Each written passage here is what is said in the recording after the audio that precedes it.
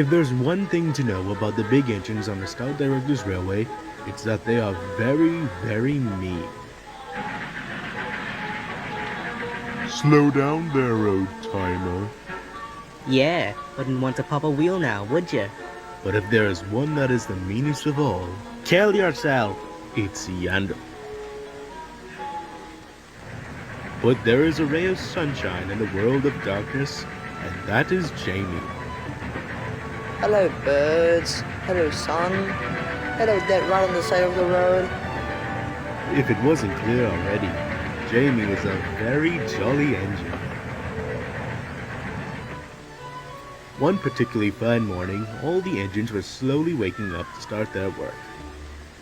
Good morning, all. Good morning, man. Ugh, it's bright out. I hate it. Everyone was happy, healthy, and refreshed. Except Jamie. Good morning.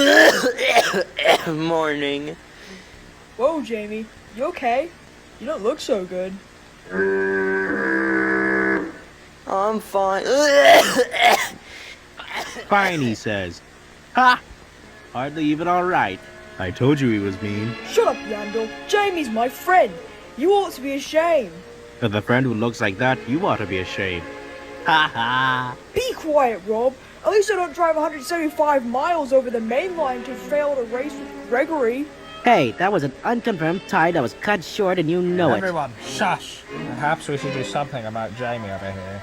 Soon the Stout Director came to see Jamie. Something is definitely wrong with you. Will he be okay, sir? I'm not sure.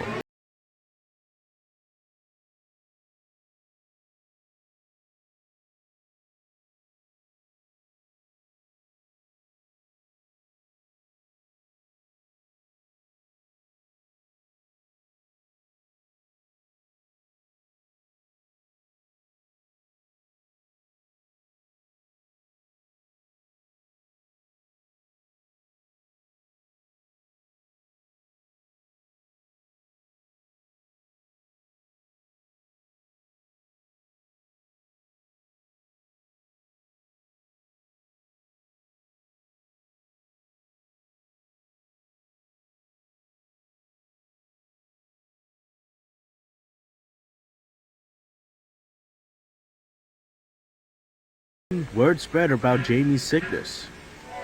And now he has to stay in the shed for 4 weeks until he gets better. I heard no one's even allowed to go near him. Poor engine. I hope he's alright. Well, we can't worry about him now. We've got our own work to deal with. Hey, Norman, coach's stat. I think I might pay them a little visit. But no one's allowed to go near Jamie. He's contained. He already left. Yandel puffed all the way to the sheds to see how his good friend Jamie was doing. He soon spotted Jamie all alone. Only a big jerk would bother his colleague. Or a big blowjack. Oh no.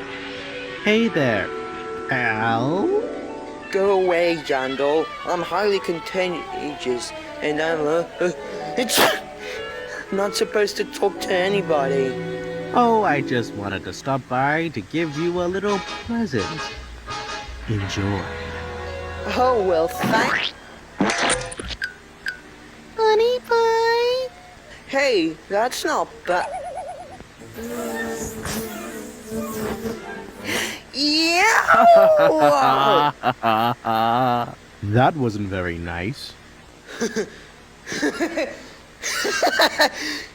Now, take it easy, see? It was all a gag, see? We're good friends. See? Gasp.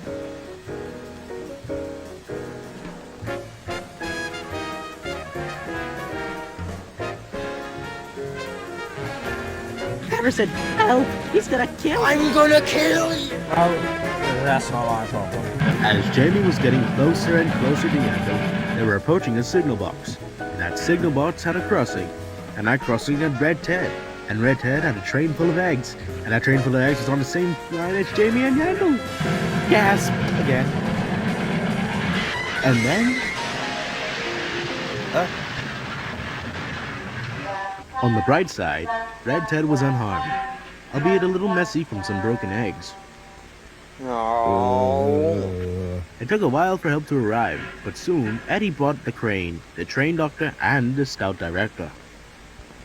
Now, Jamie, you should know better than to go around at high speeds knowing you're sick. I'm sorry, Mr. Train Doctor, sir. And you, Yandel, should know better than to harass your own ill-ridden friend for your own amusement. Sorry, boss, sir. It wasn't long before the mess was cleared and Jamie was put back on the rails. Well, I have some good news and some bad news. What's the good news? The good news is that I purchased a little bottle of Plurimlux instant cure from faraway islands. Mix this in with some water and have a wash. You'll feel better than ever. Wow, thanks a lot. Hey, never mind him, what about me? That's where the bad news comes in. When someone comes into close contact with the other with Plurimlux and laughs at them, the little boogeymen go to that person, and they get it themselves. So that means... Oh no!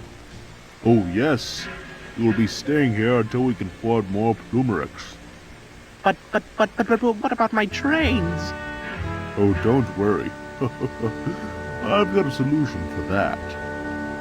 And so the next day, Jamie was running down the line on Yandell's passenger train, across the countryside along with Eddie. And every time Jamie puffs past sick Yandell in the shed, they always say, Bye, Yandel. Get well soon. Huh, get well soon, he says, dirty ass, stupid,